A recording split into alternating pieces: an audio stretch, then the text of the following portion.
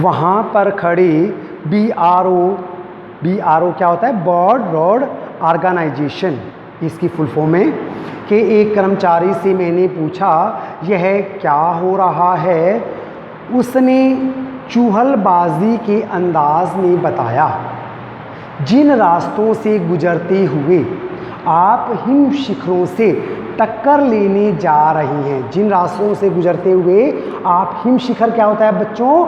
बर्फ़ की चोटियाँ। जिन रास्तों से गुजरते हुए आप बर्फ़ की चोटियों से टक्कर लेने जा रही हैं, अर्थात बर्फ़ की चोटियाँ देखने जा रही हैं, उन्हीं रास्तों को ये पहाड़ियाँ चौड़ा बना रही हैं। जिन रास्तों से आप गुजरती हैं बर्फ़ को देखने के लिए, उन पहाड़ी रास्तों को ही ये औरतें बनाती हैं।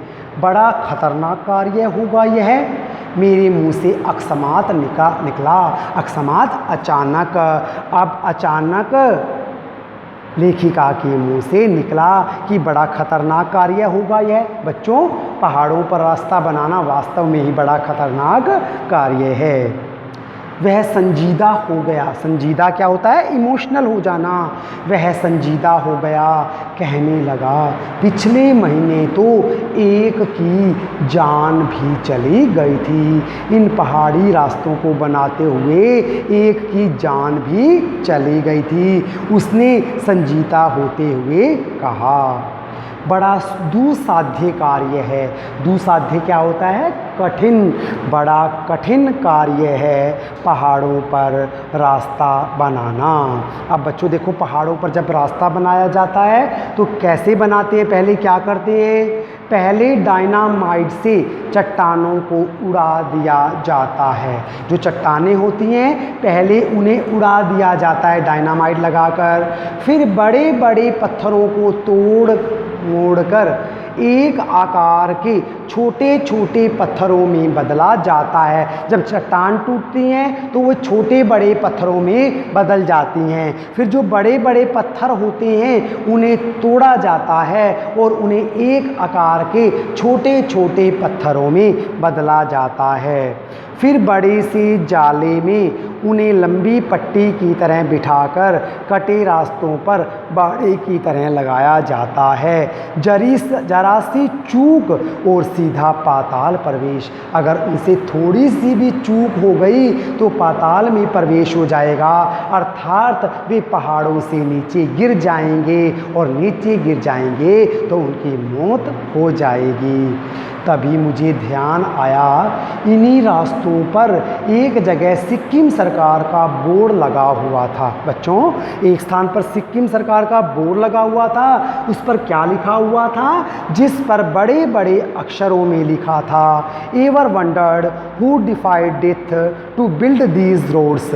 आप ताज्जुब करेंगे, पर इन रास्तों को बनाने में लोगों ने मौत को झुठलाया है। इन रास्तों को बनाने में लोगों ने मौत को कैसे झुठलाया है कि कई बार तो वे पहाड़ों से नीचे गिरते गिरते बचे हैं।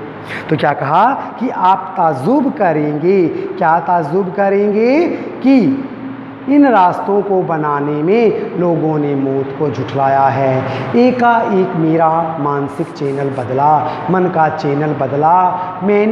मन पीछे घूम गया। इसी प्रकार एक बार पलामू और गुमला के जंगलों में मैंने देखा था। तो लेखिका क्या कह रही है?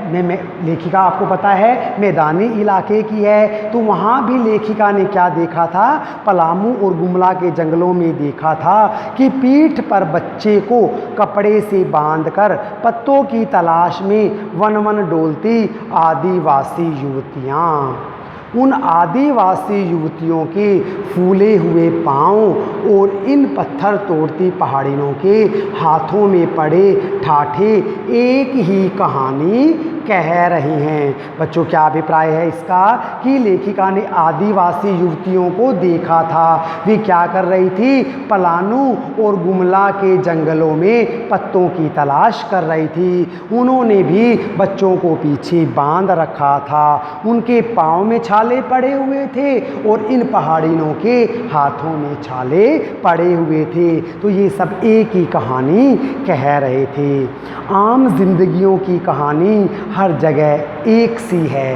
क्या कहा कि जो आम लोग हैं, जो साधारण लोग हैं, उनकी कहानियाँ तो हर जगह एक सी हैं। कैसे एक जैसी हैं बच्चों? जो साधारण लोग हैं उन्हें तो परिश्रम करके, मेहनत करके ही 2 जून की रोटियां कमानी हैं। तो आम जिंदगियों की कहानी हर जगह एक सी है। सारी मलाई एक तरफ, सारे आंसू अभाव, याचना और वंचना एक तरफ। कि सारी मलाई एक तरफ, जो धनी लोग हैं वह तो धनी ही होते जा रहे हैं, और जिनकी किस्मत में, जिनके भाग्य में आंसू अभाव यातना है, उन्हें ये आंसू अभाव और यातनाएं ही मिल रही हैं। वे इतनी अधिक मेहनत करते हैं फिर भी बड़ी कठिनता से 2 जून की रोटी कमा रहे हैं। आपने ऐसा ही पलानू और गुमला के उदाहरण से देखा, ऐसा ही आपने इन पहाड़ी औरतों के उदाहरण से देखा। तभी मेरी सहयात्री मणि और जितेन मुझे खोजते खोजते यहाँ तक आ गए।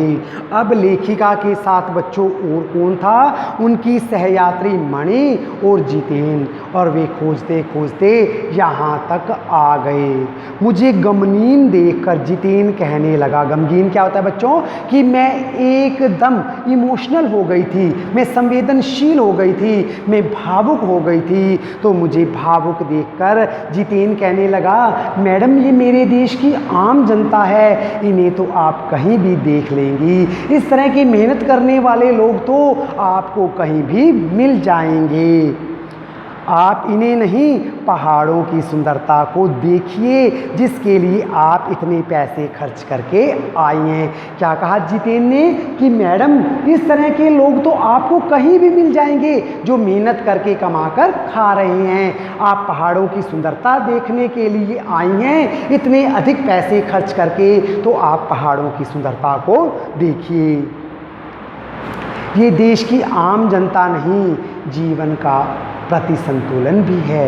अब क्या कहा लेखिका? क्या लगा? ये देश की आम जनता नहीं है, ये जीवन के प्रति संतुलन भी है। ये अपनी लाइफ के साथ एडजस्टमेंट भी कर रही हैं, ये अपने जीवन के साथ सामंजस्य भी स्थापित कर रही हैं। ये वेस्ट एट रिपेइंग हैं। कि ये क्या होता है बच्चों? रिपेइंग। ये वेस्ट एट रिपेइंग है कि ये कम लेते हैं और ज़्यादा देते हैं, अर्थात इन्हें पारिश्रमिक कम मिलता है और ये मेहनत अधिक करते हैं। ये अपनी जान पर खेलकर पहाड़ों पर रास्ता बना रहे हैं। कितना कम लेकर ये समाज को कितना अधिक वापस लौटा देते हैं। ये पहाड़ों पर रास्ते बनाते हैं, पर्यटक यहाँ घूमने के लिए आते हैं, तो इस प्रकार सरकार को बहुत अधिक लाभ होता है। लेकिन इन्हें बदले में क्या मिलता है? इन्हें बदले में थोड़ा सा मेहनताना मिलता है। कितना कम लेकर ये समाज को कितना अधिक वापस लौटा देती हैं। मन ही मन सोचा मैंने। हम वापस जीप की ओर मुड़ने लगे कि तभी मैंने देखा कि वे श्रम सुंदरियाँ मेहनत करने वाली सुंदरियाँ किसी बात पर इस कदर हंस पड़ी कि जीवन लहरा उठा और वह सारा खंडर जैसे ताजमहल बन गया हो। इतनी अधिक मेहनत करती हैं, इतना परेशानी भरा जीवन व्यतीत करती हैं, फिर भी देखिए कि किस प्रकार वे किसी बात पर खिलखिलाकर हंस उठी थी, और जो सारा खंडर था जैसे वह ताजमहल बन गया हो।